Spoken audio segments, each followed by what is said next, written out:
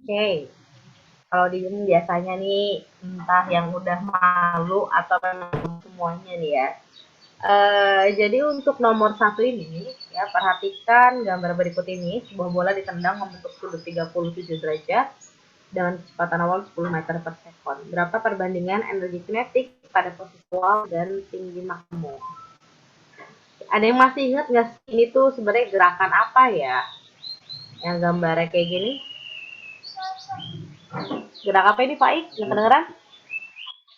Gerak apa? Parabola. Parabola, betul banget.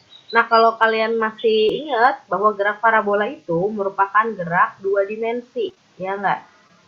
Yang mana, ya, antara sumbu X dan sumbu Y-nya itu beda, gitu ya. Kalau sumbu X ini gerakannya GLB, V-nya konstan. Kalau sumbu Y ini GLBB, V-nya berubah-ubah, gitu. Jadi kalau misalkan ditanya berapakah perbandingan energi kinetik di awal ini Ibu anggap titik satu gitu ya. Dan pada ketinggian maksimum ini Ibu anggap titik 2, YM ini titik 2. Maka kalau kita bandingkan ya, EK 1 per EK 2. Coba, rumus energi kinetik itu apa sih? Masih ingat nggak? Rumus energi kinetik apa? Setengah Ibu mv nggak akan. kuadrat nggak sih, Bu? Betul banget Aiman, setengah mv kuadrat. Nah, Ibu nggak akan ngebahas teori terlalu jauh karena paling Ibu nyinggung-nyinggung aja. Karena kan ini pernah kalian pelajari ya sebelumnya ya. Cuma kalau emang ada yang lupa, ada yang mau ditanyain, silahkan ditanya. Oke, ini betul tadi setengah mv kuadrat, ini juga setengah mv kuadrat. Cuma karena ini EK 1 artinya dia milik posisi 1. EK 2 itu artinya milik posisi 2. Berarti ini boleh ditambahin keterangan, ini adalah I1, yang ini adalah I2. Lalu yang sama kita coret. Yang mana Aiman yang bisa kita coret di sini Aiman? Eh, setengahnya nggak sih? Tengah, terus ada lagi nggak? Betul, setengahnya bisa dicoret. MV-nya bisa nggak? Yang mananya? MV masa MV. V Coba, kuadratnya oke. Kecepatannya kira-kira di titik 1 sama 2 bakal sama atau beda nih Aiman? bakal beda. Berarti kalau beda bisa nggak dicoret? Nggak, berarti masanya doang. Masanya doang. Sip, betul. Jadi kita langsung punya perbandingan EK 1 per EK 2 sama dengan V1 kuadrat per V2 kuadrat. Thank you Aiman. Nah, karena 1 itu adalah posisi awal, maka 1 ini sama juga kayak V0, yaitu kecepatan awal ya. Ini adalah V1, atau ini kadang-kadang di gerak parabola kita sebut V0. Berarti nilainya adalah 10 kuadrat. Per V2, posisi kedua tadi pas tinggi maksimum. Nah, coba Ibu mau tanya dulu gantian. Ya, Ibu pengen tanya sama Aldi. Aldi masih ingat? Udah enggak, Bu. Kalau di tinggi maksimum gimana cara mencari kecepatannya Aldi?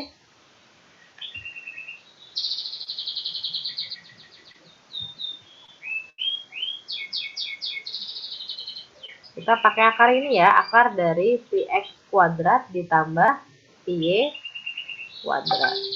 Gitu kan? Oke. Nyari Vx-nya masih ingat nggak? Pakai apa? Udah enggak, Bu. Kenapa?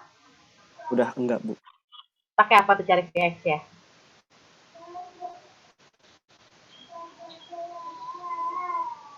Vx itu berarti kan yang di sini ya.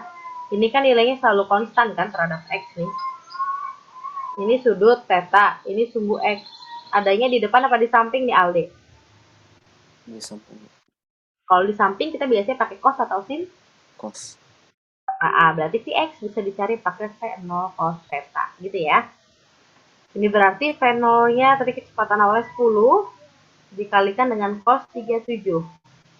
Jadinya berapa Alde? 10 cos 37. 8. 8. Oke, nah betul nih. Terus sekarang kita cari V. Karena kan buat masukin ke sini ada Vx, ada V ya. Cari V-nya sekarang. V-nya itu GLBB berubah. Atau kalau kemarin itu Ibu bisa bilang ini lebih benar-benar miripnya sama vertikal ya, gerak vertikal.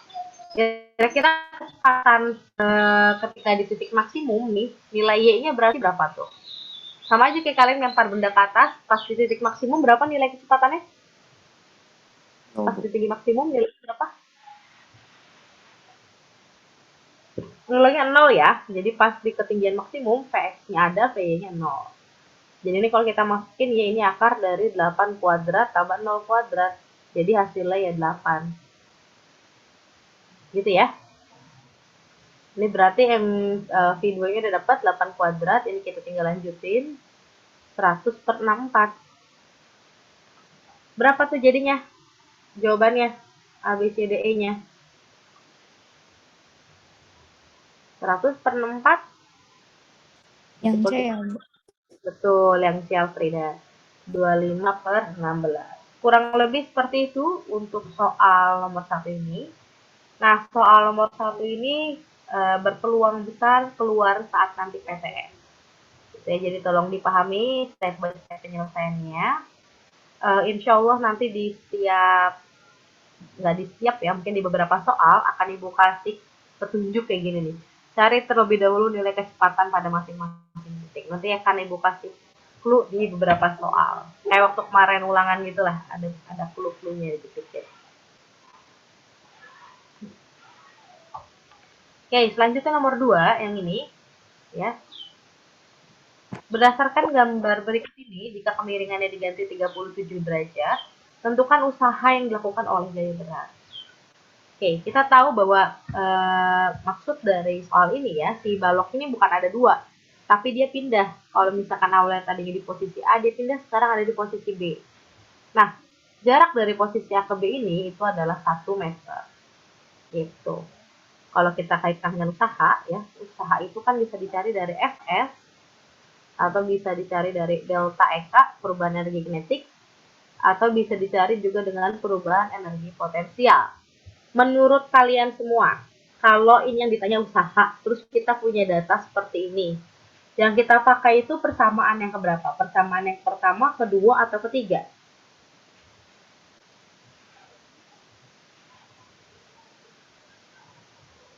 Pertama. Pertama, betul Naila. Jadi kenapa kita pakai yang pertama? Karena kita di sini punya perpindahan S. Udah itu aja kuncinya. Jadi kita langsung eksekusi pakai persamaan pertama. W sama dengan FF. F-nya kita tinggal cari. Nah, Ibu pengen tanya lagi sama Alde. Alde, berapa besar F-nya pas di bidang miring ini, Alde? Nih, F-nya berarti kan yang meluncur ini kan?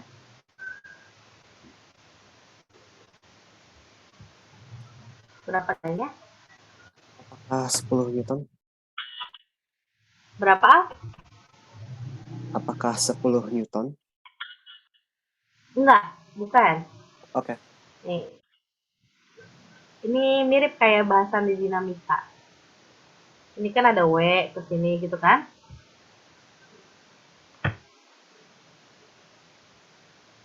Terus di sini ada theta. Nah, W ini dia punya proyeksi kan terhadap X dan Y. Gitu kan? Yang ke sini ini WY ya. Terus yang ke sini ini ada WX. Gitu.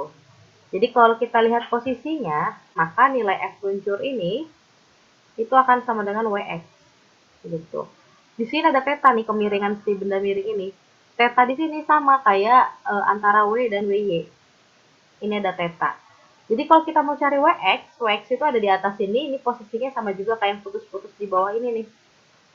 Posisinya adanya di depan theta. Karena adanya di depan, maka ini bisa didapat dari W dikali sin theta. Gitu. Sedangkan untuk yang ke atas, ini sebenarnya atas ini gaya normal. Karena kan gaya antara bidang sentuh terus tegak lurus kan. Gaya normal ini, ya, N ini, gaya normal ini sama kayak WY-nya. WY-nya di sini itu adalah di samping sudut kan. Berarti bisa kita dapat dari W dikali cos theta. Nah, di sini yang kita butuh itu hanya F luncur. Kenapa? Karena kan ketika dia bergerak nih, berpindah sejauh 1 meter, itu kan karena gaya luncurnya kan. Berarti kita cukup pakai F luncur dikalikan dengan S. F luncurnya tadi adalah W sin theta dikali X. Nah, sekarang udah ketemu belum? Berapa nilai F luncurnya, Alde?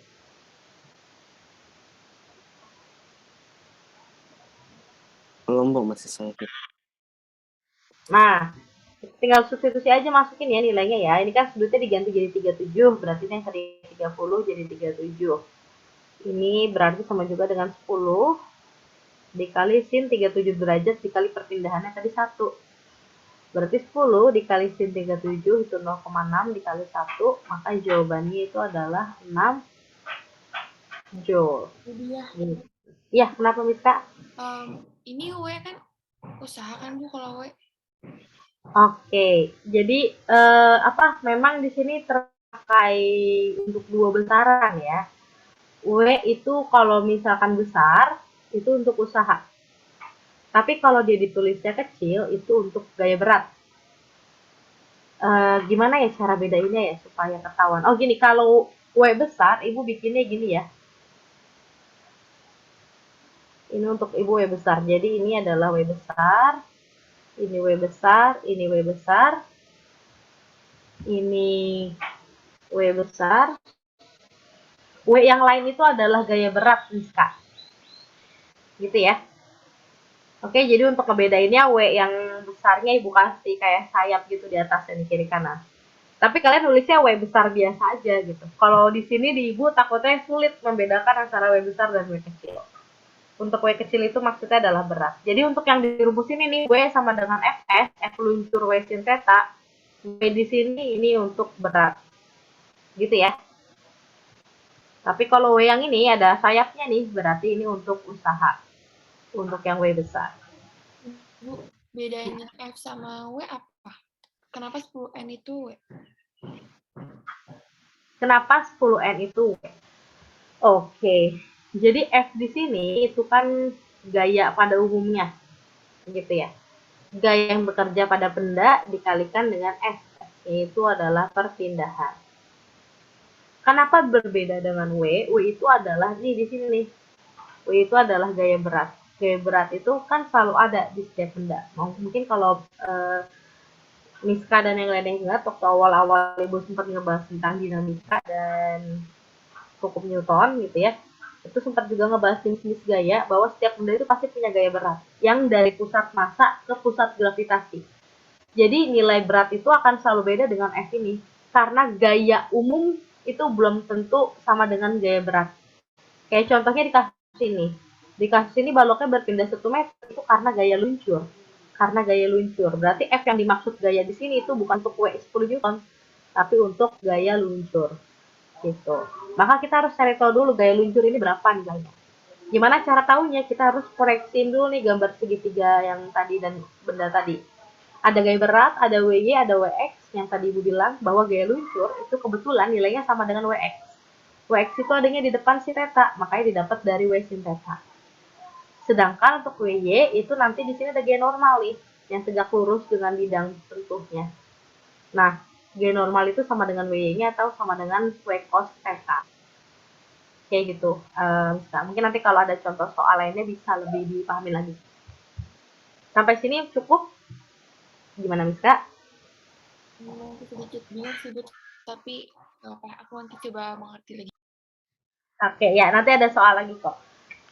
Oke, kalau gitu supaya masih inget ya tentang sin dan cos ini, Ibu akan lengkap ngebahasnya langsung ke nomor 4.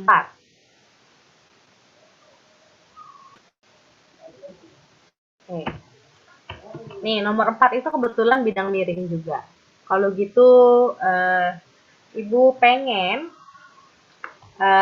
kerjain bareng-barengnya sama Miska deh ya.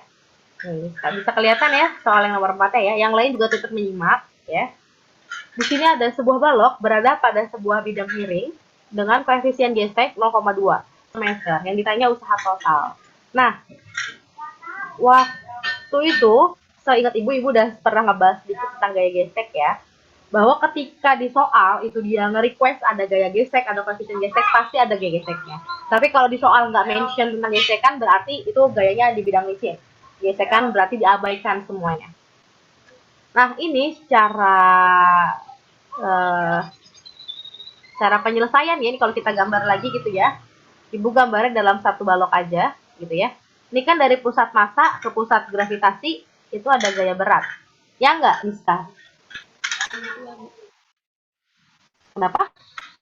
Iya, Bu, ada. Nah, terus ada gaya normal kan? Gaya normal itu tegak lurus dengan bidang sentuh.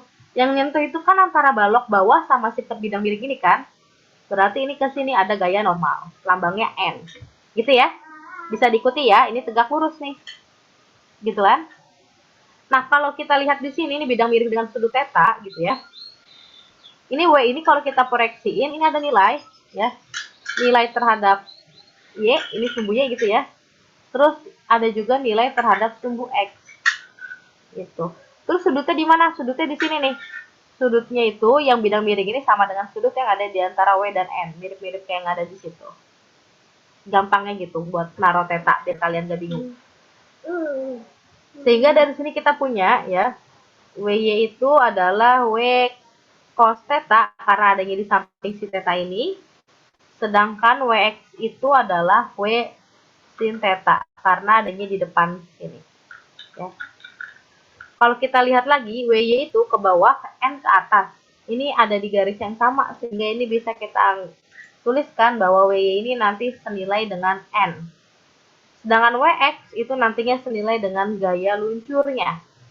Gitu. Terus ingat, ketika dia meluncur ke bawah, karena ini kasar, pasti akan ada yang menghambat, namanya gaya gesek. Gaya gesek itu menyentuh dua bidang, ya nggak? Namanya juga gesekan. Ibu beri warna yang berbeda untuk gaya gesek, warnanya hijau. Nih, gaya gesek itu ada di bawah sini nih, antara si balok dengan bidang miring ini. Ini gaya gesek. Gaya gesek itu biasa dilambangkan dengan F kecil, jadi ibu tulis F kecil. F gesek. Nah, kalau kita lihat di sini, ya, kalau kita mau masukin usaha total itu kan berarti W sama dengan FS. Gitu dong, ya nggak?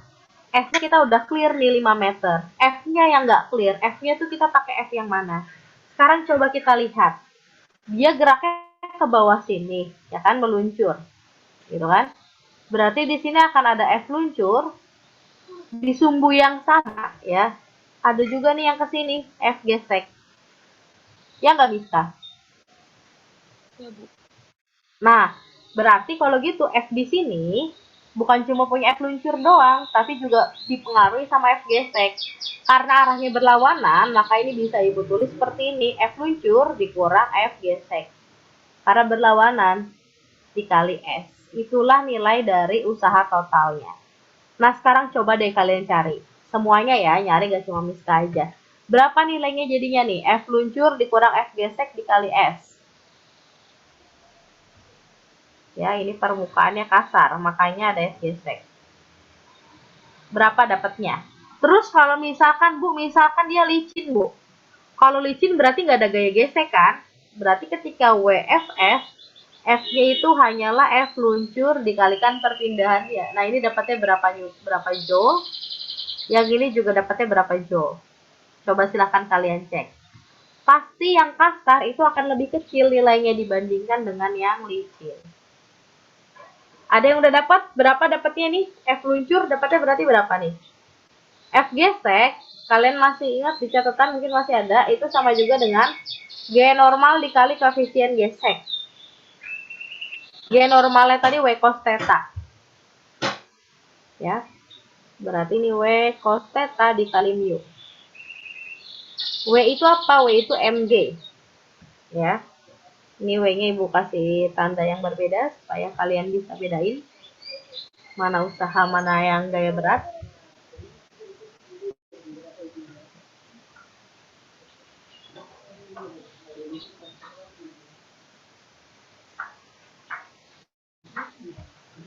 Coba. Berapa dapat F luncurnya?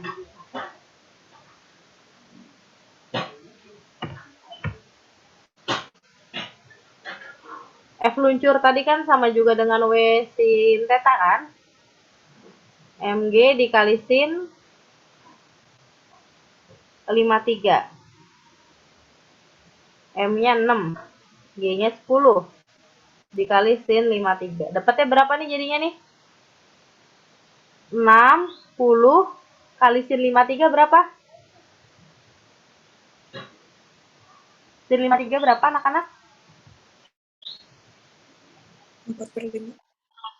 4/5. Berarti ini coret 1248 Newton. Terus gaya normal. Gaya normal tadi W cos theta. Berarti mg dikali cos 53. Berarti 6 kali 10 kali 3/5. Ya. Ini jawabannya adalah 36 Newton. F gesek itu adalah N dikali koefisien gesek. Berarti 36 dikali 0,2. Berarti 7,2 Newton. Nah, ini kita udah dapat ya angka-angkanya ya. 48, 36, 7,2. Masukin ke sini. Ini berarti F luncurnya adalah 48 dikurang 7,2 dikali perpindahannya 5 meter. Ini jawabannya berarti 204 joule. Sedangkan kalau dia licin, kita kaliin aja F luncurnya. Berarti 48 dikali 5, yaitu 240. Terbuktikan bahwa ketika licin itu pasti lebih besar usahanya dibandingin ketika dia kasar. Gitu. Sama semua hasilnya. Jadi pokoknya kalau ketemu yang bidang miring gini, kalian harus tahu ini F di sini tuh gaya yang bikin dia bergerak tuh gaya yang mana. Atau selain yang bikin dia gerak, yang menghambat pergerakannya itu yang mana. Tuh. Kayak di nomor 4 ini karena kasar berarti ada yang menghambat ketika dia bergerak.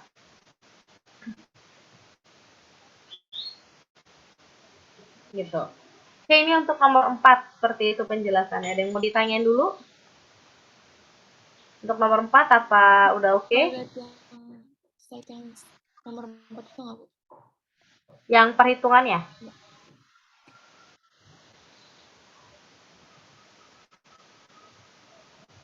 Yang mana, Naomi? Yang bawahnya? Yang ini? Oh, Bu. Yang ini? Ya, masih bentar. Nanti ini PDF-nya Ibu kasih ke Faik ya, kalau pertemuan udah selesai. Ibu, kalau yang F gesek ini kan ada yang apa sih? Yang gini kan, sebelah kanan. Itu dapat dari mana? Yang mana nih? Yang 0,2? Ya. Oke, ini dibacanya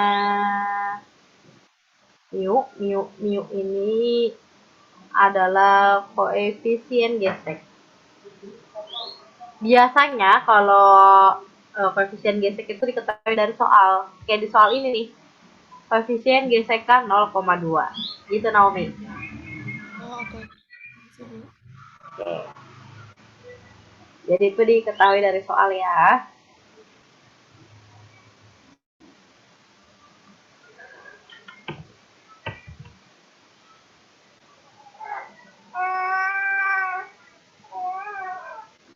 Oke, berikutnya ada yang mau ditanya lagi?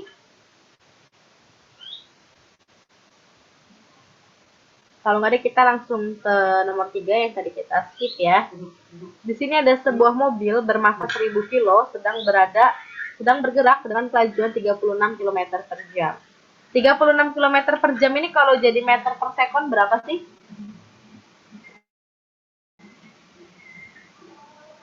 Konversi ke meter per sekon. Jadinya berapa? Halo?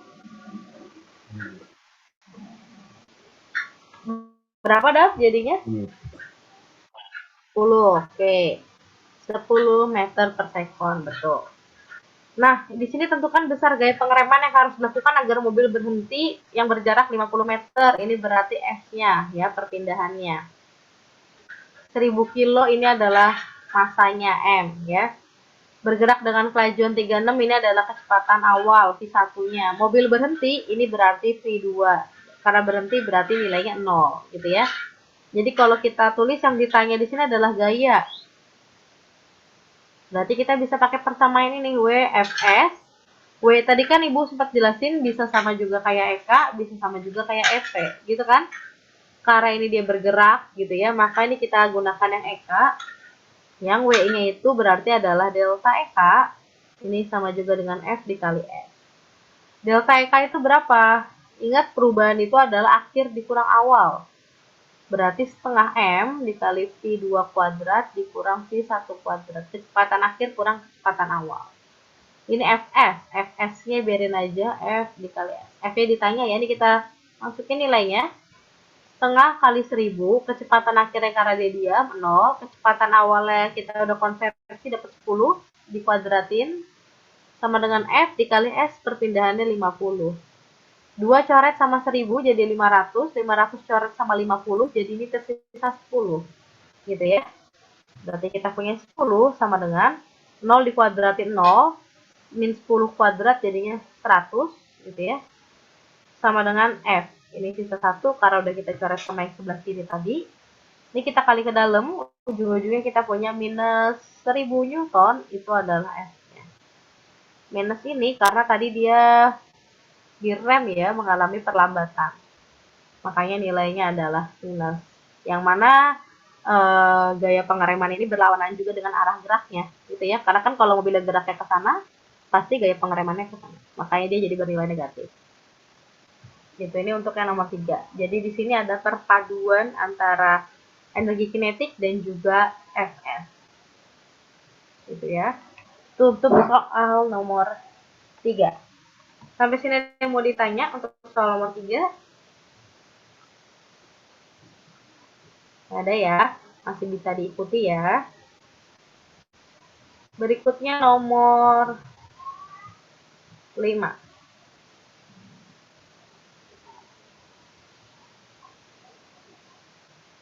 Nomor 5, Arkasya bisa dengar suara Ibu? Arkasya. Bisa, Bu. Oke. Syah, loh, kamu tidak ada. Oh. Nah, sip, ganteng kan PC-nya kelihatan tuh. Coba, Ibu pengen tanya dulu, energi potensial itu apa sih, Syah? Tahu? Energi potensial itu apa? Energi potensial, Bu.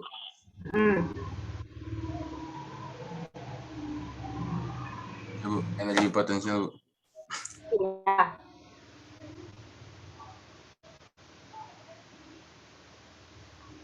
Coba Ibu udah menjelaskan dari beberapa minggu yang lalu nih. Maksudnya definisinya, Bu? Iya. Apa?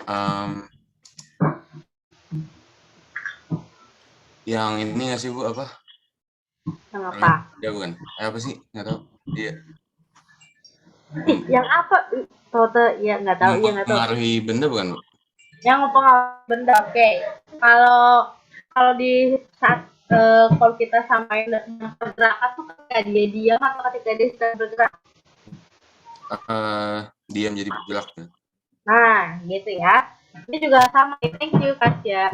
Jadi di soal nomor 5 ini kaitannya dengan energi potensial. Ya, jadi ketika kita yang meregangkan sebuah gasnya nggak bergerak, tapi kita regangkan ya, itu ternyata ada energi yang tersimpan di situ.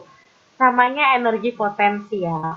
Nah, cuma kalau kalian kemarin di gravitasi belajar energi potensial itu adalah GMM per R, terus di SMP kalian belajar energi potensial itu MGH, maka untuk pegas, ya, untuk pegas itu ada persamaannya sendiri. Jadi energi potensial itu ditentukan dengan persamaan setengah Kx kuadrat, di mana K ini adalah konstanta pegas yang menentukan tingkat kelenturan, tingkat elastisitas dari suatu pegas, dan X ini adalah pertambahan panjang pegasnya ketika dia ditarik atau ketika dia diregangkan. Jadi kalau kita lihat di sini ya, untuk meregangkan sebuah pegas sebesar 5 cm, Faik, berarti 5 cm ini apa? Konstanta atau X, Faik?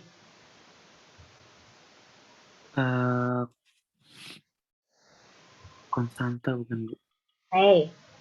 Ingat tadi, pertambahan panjang ketika diregangkan, itu namanya apa? K atau X?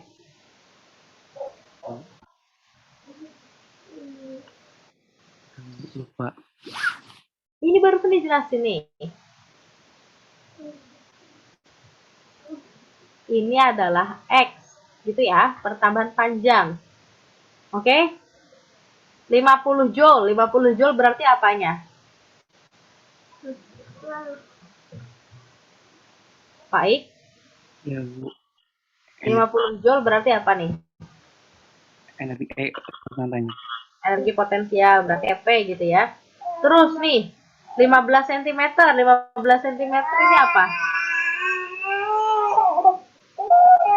15 cm ini apa, Baik?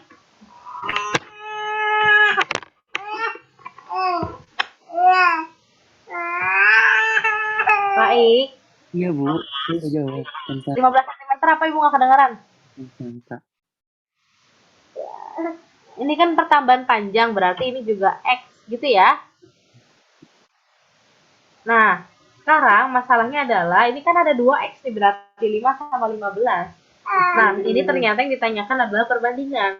Jadi kalau 5 cm dan X1, maka 50 Joule ini adalah energi potensial 1. Jadi 50 Joule ini untuk meregangkan 5 cm. Yang ditanya adalah berapa energi potensial yang dibutuhin untuk meregangkan 15 cm. Berarti 15 cm ini adalah X2. Ingat yang pernah Ibu bahas tentang soal perbandingan, kalian fokus saja ke besaran yang ditanya dan yang diketahui. Yang Ibu beri bulat warna hijau. Jadi ini kalau kita bikin perbandingan, EP1 per EP2 ya sama dengan, karena EP-nya berbanding lurus dengan X, ini berarti X1 kuadrat per X2 kuadrat. Gitu ya. Tinggal dimasukin. EP1-nya 50, EP2-nya ditanya. X1-nya 5, X2-nya 15. Ini Bu jadiin 1 baru dikuadratin gitu ya. Secara matematika itu tidak akan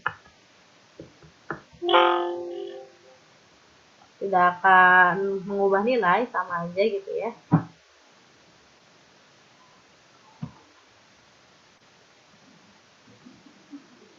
Jadi ini kalau kita lanjutin ke sini gitu ya, ini jadinya 50 per energi potensial 2. Ini coret ya, 1/3. 1 dikuadratin 1, 3 dikuadratin 9. Ini tinggal kita kali silang ya. Jadinya 450 sama dengan EP2. Maka jawabannya itu adalah yang A. Kayak gitu ya untuk soal nomor 5. Sampai sini ada yang mau ditanyain dulu? Oke, kalau nggak ada, ini Bu akan lanjut ke soal berikutnya.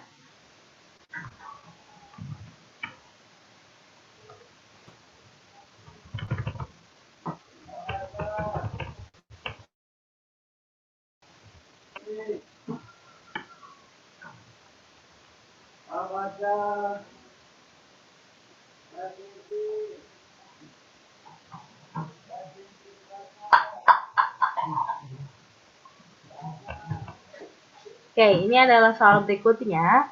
Lagi-lagi bidang miring. Ya. Perhatikan gambar berikut ini. Sebuah balok bermasa M kg dilepaskan dari puncak bidang miring yang licin. Tentukan perbandingan energi potensial dan energi kinetik saat di titik P.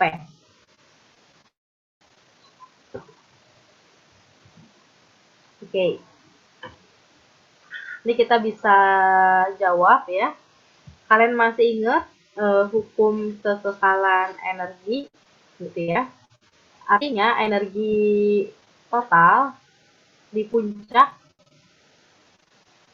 itu akan sama dengan energi total atau energi mekanik yang ada di titik P. Gitu ya. Nah, yang ada di puncak itu kan berarti adalah energi potensial puncak ditambah energi kinetik yang di puncak. Ini harus sama dengan yang ada di titik P. Energi potensial di titik P ditambah energi kinetik titik P. Energi potensial di puncak berapa? Berarti kan M, G, H0. Gitu kan? Energi kinetik di puncak berapa? karena dilepaskan berarti kan awalnya dia diam, berarti kinetiknya masih 0 ya, karena kan setengah M dikali 0 kuadrat, T-nya masih 0. Jadinya 0. Terus energi potensial di titik P berapa? Ini berarti MGH kan? MG dikali H di titik P. H di titik P-nya seperempat H0. Berarti ini dikali seperempat H0. Ditambah energi kinetik di titik P. Jadi kita cari tahu dulu berapa energi kinetik di titik P. EK di titik P. Ini kalau udah kita lanjutin, MGH0 sama dengan seperempat MGH0 ditambah EK titik P. Berarti EK titik P itu sama juga dengan MGH0 dikurang seperempat MGH0. Ini kalau dikurang berapa nih? MGH0 dikurang seperempat MGH0. Berapa jawabannya nih? MGH0 dikurang seperempat MGH0. Berapa jawabannya dah? MGH0 dikurang seperempat MGH0. 3/4 MGH0. 3/4, betul. 3/4 MGH0. Kita udah dapat EK di titik P. Yang ditanyakan perbandingan EP, energi potensial dan EK-nya. Berarti kalau gitu kita tinggal masukin EP per EK. EP-nya tadi kan seperempat MGH0. Ini kan EP di titik P. Bandingin EK di titik P, yaitu 3/4 MGH0. Coret yang bisa dicoret, MGH0, MGH0. Terus kita punya apa berarti di sini nih? Kita punya seperempat dibagi 3/4. Ini sama juga dengan seperempat dikali 4/3. Coret yang bisa dicoret, tersisa 1/3. Jadi, perbandingan EP dan EK-nya itu adalah 1/3. Mana yang lebih besar, EP atau EK? Pas di titik P ini. Neina, yang lebih besar siapa nih Neina? Eka bukan. Betul, EK yang lebih besar ya. Karena kalau kita lihat dari perbandingan EK di sini 3. Jadi EK yang lebih besar. Jadi kalau besok ditanya tentukan perbandingan energi potensial dan kinetik di titik P dan mana yang lebih besar, berarti kalau itu jawabannya adalah 1/3 dan yang lebih besar adalah energi kinetik. Ya? Aku mau nanya, Boleh. tahu apa namanya energi kinetik yang lebih besar itu gimana? Oke, cara taunya kita bisa lihat dari perbandingannya. Jadi,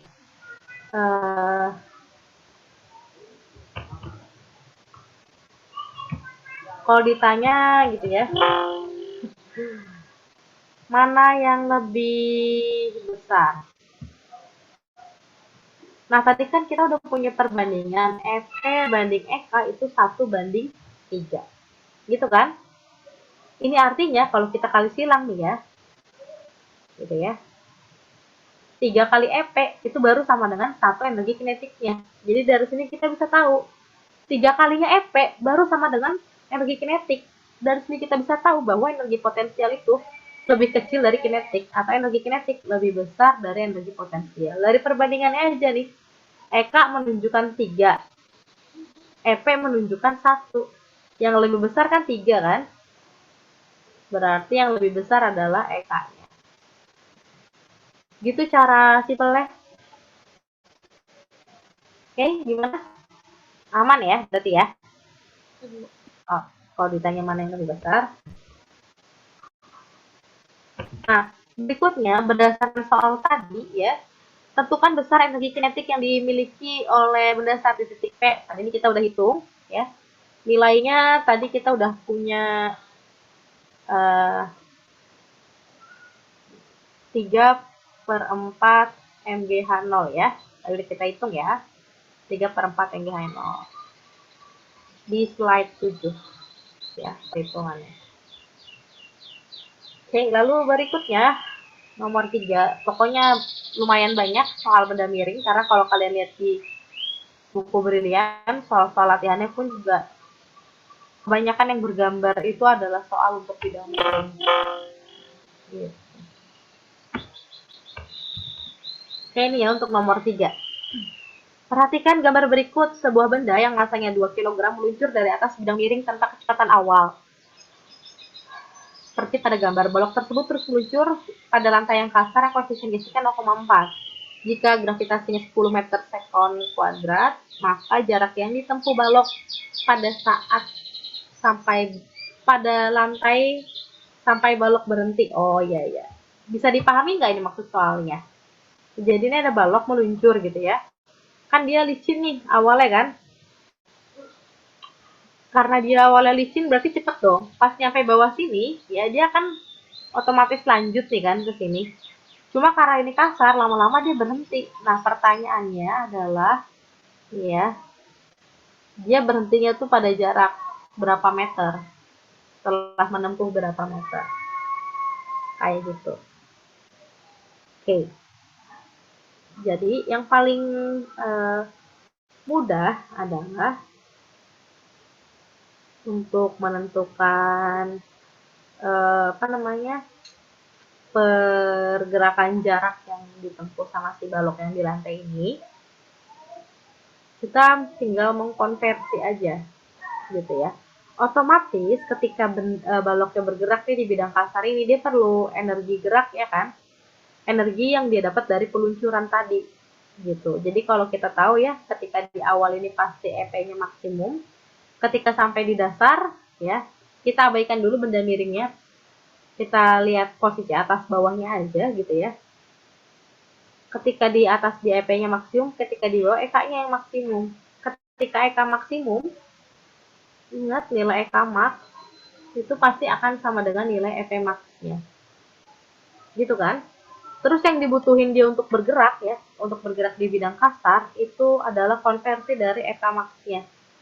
Untuk dia bergerak nih, untuk dia bergerak menjadi yang Fs ya. Karena nanti kita akan pakai persamaan WFS sama dengan W delta EK. Jadi kita akan pakai ini untuk menentukan berapa jarak perpindahannya ya. Terus W-nya berapa? W di sini adalah W usaha ya. Kita akan pakai delta EK. Jadi delta EK di sini akan sama dengan Fs-nya. Cuma kalau kita telusuri lagi, EK itu didapat ternyata dari EP max tadi, ya. EP max-nya sendiri itu apa? EP max-nya sendiri itu kita dapat dari Mg dikali H max. Gitu. M-nya 2, G-nya 10, H max-nya 80 cm berarti 0,8 gitu ya. 2 kali 10 kali 0,8 berarti 16. Itu adalah nilai EP max-nya. Berarti ini adalah 16 gitu ya. Sama dengan F dikali S. F-nya itu adalah, kita ingat bahwa balok tersebut terus meluncur pada lantai yang kasar, ya. Berarti di sini dia ada gaya gesek. Berapa besar gaya gesek? Ingat, besar gaya gesek itu di mana-mana selalu sama.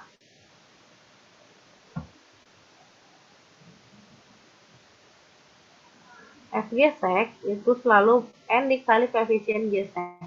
G normalnya berapa? G normal itu tegak lurus dengan bidang. Kan bergeseknya ketika di datar ini kan, tegak lurus dengan bidangnya berarti begini nih. Berarti kalau gitu ini sama dengan gaya berat ya. Kenapa? Karena kita punya sigma Fy gitu ya, sama dengan 0. Dia nggak bergerak terhadap sumbu Y. Di sumbu Y itu ada N dan W.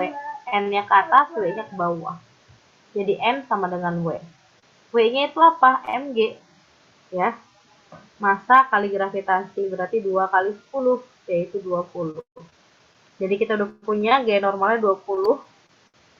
Koefisien geseknya 0,4. Gitu ya. Ini kalau kita lanjutin 20 kali 0,4 itu 8. Berarti kita udah punya F gaya geseknya di sini 8 dikali perpindahannya S. Jadi di sini kita punya 16 per 8 itu adalah S, S-nya berarti 2 meter. Jadi dia akan berhenti total setelah dia bergerak 2 meter di permukaan kasar. Jadi kurang lebih kayak gitu untuk soal yang seperti ini. Jadi kalian harus mengkonversi ya antara energi-energi tadi ya, ada energi potensial dan kinetik, terus sama gaya geseknya juga jangan lupa diperhitungkan. Bu, berarti kita di sini nggak usah pakai sudut-sudutan, Bu. Kita nggak usah pakai sudut-sudutan yang sin cos dikali sama sudut kemiringan. Kenal yang kekekalan energi. Bahwa energi di semua titik itu akan sama aja. Ingat ya, itu konsep energi mekaniknya tetap gitu ya. Mau dia di atas, di bawah gitu ya. Tinggal yang berubah apa jadi apa. Nah, yang harus kalian ingat di setiap kondisi ya, termasuk di soal-soal yang tadi kita bahas tentang EP dan EK gitu ya. Pasti nilai energi potensial maksimal itu akan sama dengan nilai energi kinetik maksimalnya gitu. Jadi kalau kalian mau cari EK max, daripada kalian hitung setengah MV kuadrat, V-nya kalian nggak punya, pakai aja MGH max-nya. Kan kita punya tinggi maksimumnya. Jadi nggak usah terlalu dipusingkan. Yang penting yang kalian pegang ini, bahwa EK max akan sama dengan EP max. EK max itu berarti didapat dari setengah MV max kuadrat gitu ya. Kalau EP max didapat dari MGH max. Nah, yang kita pakai yang mana? Yang kita pakai yang datanya ada aja. Kan kita punyanya data ketinggian maksimum nih. Si Hamax. Jadi yang kita pakai ini aja. Gitu ya.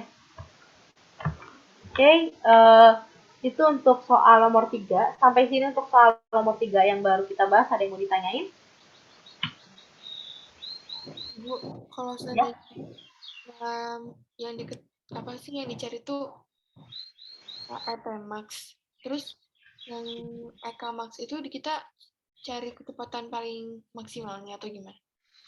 Iya, paling kalau misalnya kayak gitu, EP max bisa digunakan untuk mencari Vmax. Betul tadi yang Miska bilang.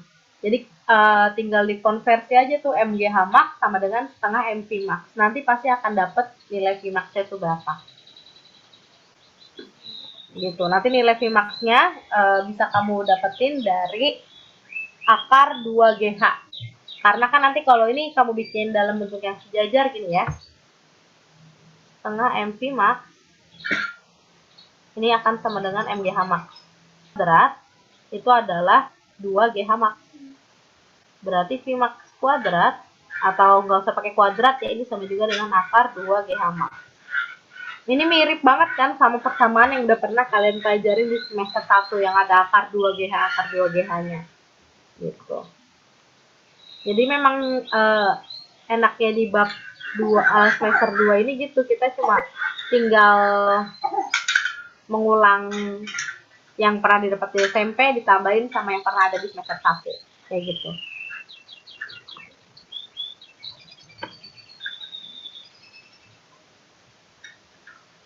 Oke, berikutnya ya. Nah, nih ditanya ini ternyata di pertanyaan berikutnya ya. Berdasarkan soal nomor 3 yang barusan tadi ya, berapakah besar energi di titik Q? Nah, coba deh, Ibu mau nanya sama Miska aja deh. Miska, Ibu mau nanya nih, kalau kamu ketemu soal kayak gini yang ditanya, berapa sih besar energi yang ada di titik Q? Kalau dia nggak mention potensial atau kinetik, itu berarti yang ditanya energi mekanik ya. Berarti berapa jawabannya, Miska? Berarti max ditambah EP. Iya bukan? Iya betul, EK max ditambah EP. Atau boleh juga kayak gini ya, energi mekanik di Q itu berarti kan energi potensial di Q ditambah energi kinetik di Q. Potensialnya kebetulan ini pas di tanah ya, berarti nilainya 0 kan ya nggak? Iya Bu. Terus energi kinetik di Q berarti kita nggak bisa cari pakai setengah MV kuadrat, nggak akan bisa sebenarnya ketemu pakai rumus yang tadi. Atau kamu langsung aja bisa tulis kayak gini nih. EK di Q itu adalah energi kinetik maksimum, karena kan pas di dasar. Energi kinetik maksimum itu ujung-ujungnya sama kayak EP maksimum. Tinggal dimasukin deh MG dikali H max. Gitu. Berarti 2 kali 10 kali 0,8. Yaitu 16.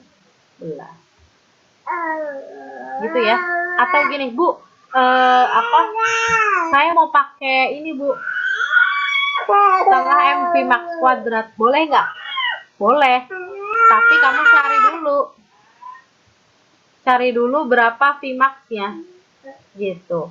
Cari Vmax pakai yang mana nih? Tadi udah kasih di awalnya akar 2G hama. Ujung-ujungnya sama juga sih. Jadi terserah kalian lebih nyaman pakai yang mana. Gitu.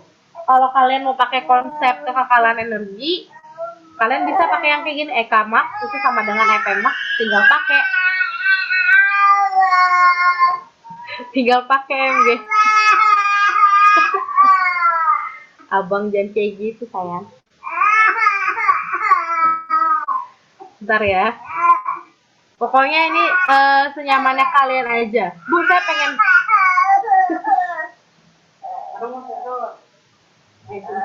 Aduh, saya mau lagi ngajar. Dikit lagi, bentar ya, Bang. Bu, saya pengen pakai setengah Vmax, Bu. Boleh nggak? Boleh. Tapi cari Vmax-nya dulu. Oke, Bu. Saya cari Vmax-nya, Bu. Boleh. Vmax-nya kan dicari tadi pakai akar 2 hamax. Gitu kan? Berarti 2 kali 10 kali 0,8. Berarti akar dari 16.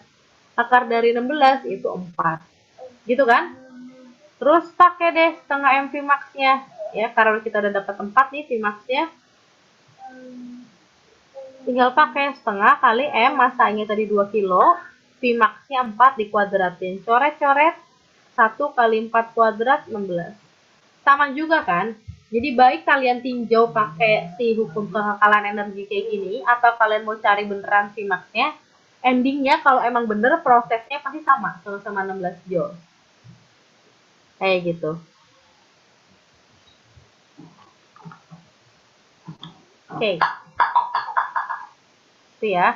Terusnya ada nomor terakhir yang akan kita bahas hari ini.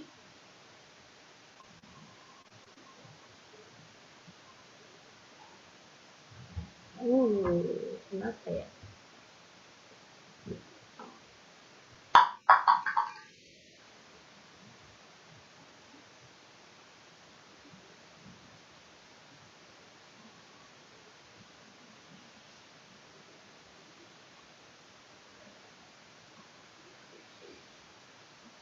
Soal terakhir yang kita bahas hari ini berarti kuis yang 21 sampai 23 udah selesai ya.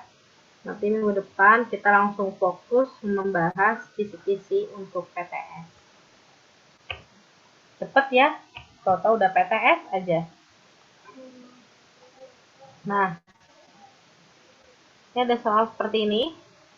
Sebuah benda beratnya 10 Newton berpindah sejauh 30 cm akibat ada gaya 20 Newton yang bekerja secara mendatar pada benda tersebut. Besar usaha yang dilakukan gaya tersebut adalah Nah, ini kita langsung fokus aja ya, nggak ada gesekan, nggak ada yang lain-lain gitu ya. Kita punya jarak di sini S, kita punya berat di sini W gitu ya. Terus di sini ada gaya 20 Newton.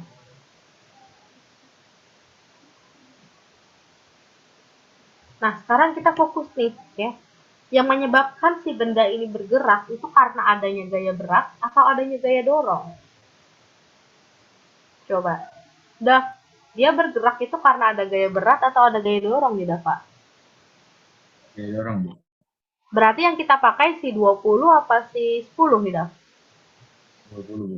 20 ya. Jadi kalau kita masukin ke persamaan ini W sama dengan Fs, F yang kita pakai adalah yang 20 ya. Dikaliin sama perpindahannya 0,3. 20 dikali 0,3 ini karena dijadiin ke meter ya. Jawabannya adalah 6 joule. Maka yang nomor 5 adalah yang C. Pokoknya jangan terkecoh sama ada berapa gaya yang ada di soal. Fokus aja yang bikin dia bergerak apa, sama yang menghambat apa. Kebetulan di soal ini nggak ada yang menghambat, jadi tinggal fokus sama yang bikin dia gerak. Gitu. Yang bikin dia gerak itu adalah yang tarikan tadi 20 Newton. Gitu. Oke. Gue rasa pertemuan hari ini cukup sampai di sini. Ada yang mau ditanyain dulu? Kalau ada yang mau ditanyain boleh raise hand. Sambil Ibu nge-save ini ya, supaya Ibu kirim ke Faik.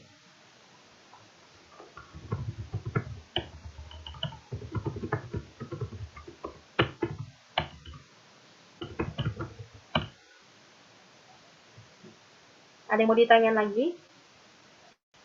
Memang ini bisa dibilang susah-susah gampang gitu ya. Apalagi ini kan pernah kalian dapat waktu SMP gitu ya. Jadi kayak ada kesan, wah kayaknya gak stabil lah gitu. Sambil merem juga. Tapi ingat, kadang-kadang tidak teliti itu benar-benar bikin kesalahan fatal nantinya. Jadi tolong, walaupun ini mudah untuk kalian, tapi jangan meremehkan. Oke, karena nggak ada yang raising juga, Ibu tutup pertemuan hari ini. Terima kasih banyak atas perhatiannya, terutama untuk yang on cam. Jaga terus kesehatannya. Assalamualaikum warahmatullahi wabarakatuh.